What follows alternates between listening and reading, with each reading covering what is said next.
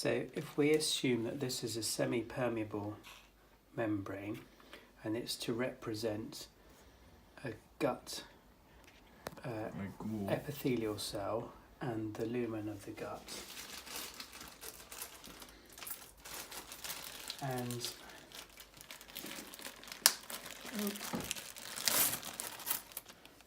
we have some sodium ions and some chloride ions.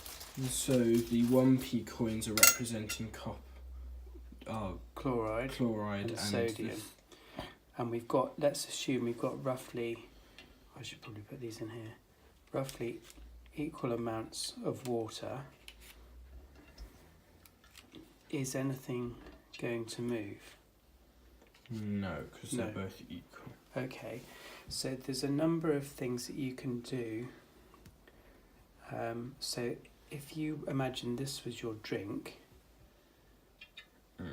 if you don't have any ions in it, it will then suck 2 ions out of the cell.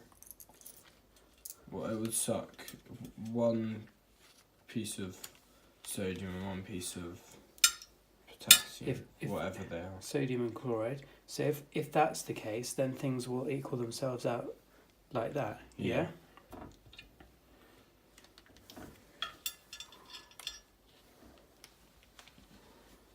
Is that right? There was 2... Yeah, so it equals it out. If we...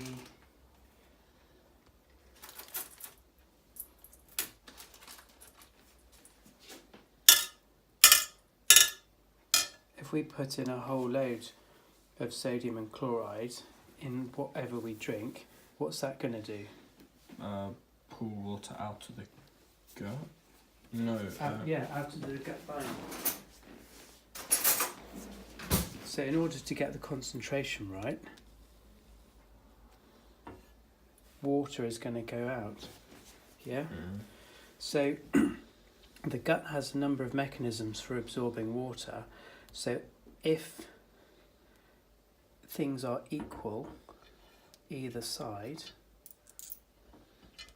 then you're not actually fighting osmosis. But what the gut can do is it can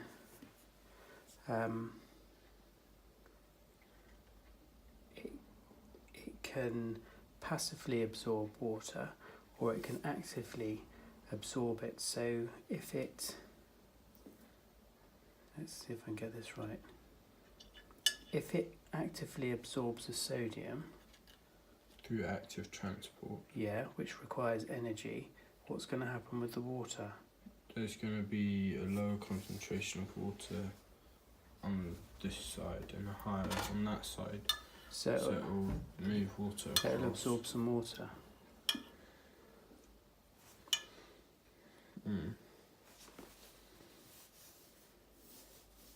So what you want to do is, if you're having a drink to replace things that have been lost in exercise,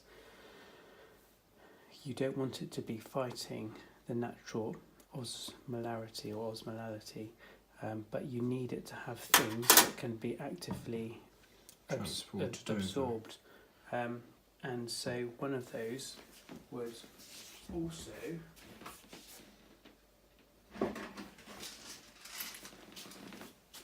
this is sugar,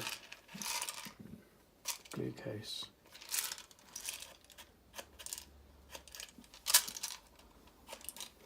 Glucose, that's not glucose, but it's representing glucose. So glucose can actually be absorbed as well by a specific mechanism which also takes sodium in. So then you can see that you get water coming in.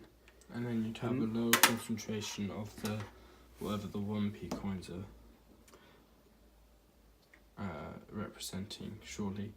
So those things will sort themselves out. The mechanism of absorption with glucose is important because that's the mechanism that's used during treatment for cholera, because that blocks the normal sodium absorption.